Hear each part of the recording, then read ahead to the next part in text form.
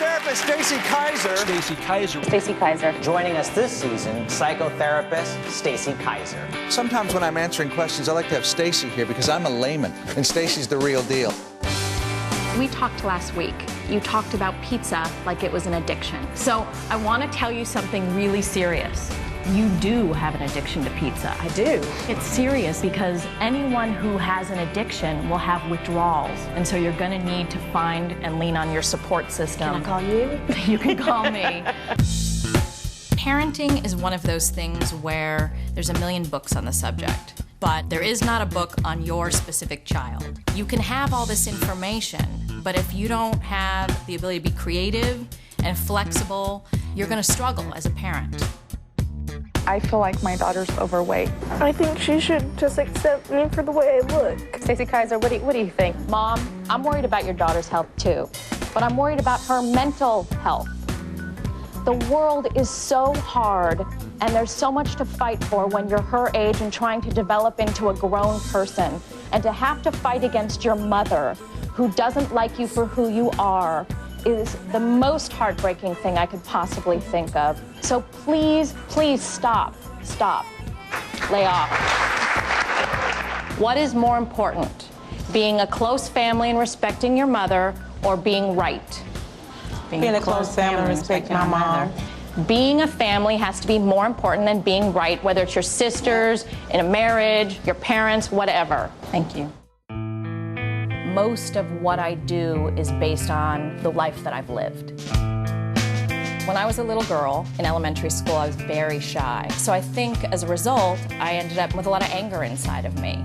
So by the time I got into high school, I started ditching classes, hanging out with the wrong crowd. So I was sneaking out of the house in the middle of the night, coming home at 5 o'clock in the morning, go to sleep for an hour, get up, go to school, check in for homeroom, and I would leave for the rest of the day. And my parents didn't really know what to do with me. I believe that who I am today is because of all the struggles that I had. And I think it gives me a better understanding when someone walks into my office of what it is that they've been through, because my life hasn't all been easy and simple. I don't know why I hurt you. And I'll do anything to get you back. Because I've had the opportunity in my professional life to work with so many couples who were in the process of a divorce, I began to see a lot of the warning signs that were happening in my own relationship. And that was sort of a positive and a negative, because the positive was I wasn't sideswiped by it. The negatives were sort of the disappointment of, oh no, I'm headed in the same direction that I've seen so many people head down, and can I save the situation? Nikki, if you want to fix cheating on somebody or doing anything wrong, the first thing you do is apologize, which you did do. You are missing the next step, which is you have to take full responsibility and stop making excuses. What I want to hear you say is, I blew it, I knew what I was doing, and I should have never done it, and I'm ashamed of myself for doing it.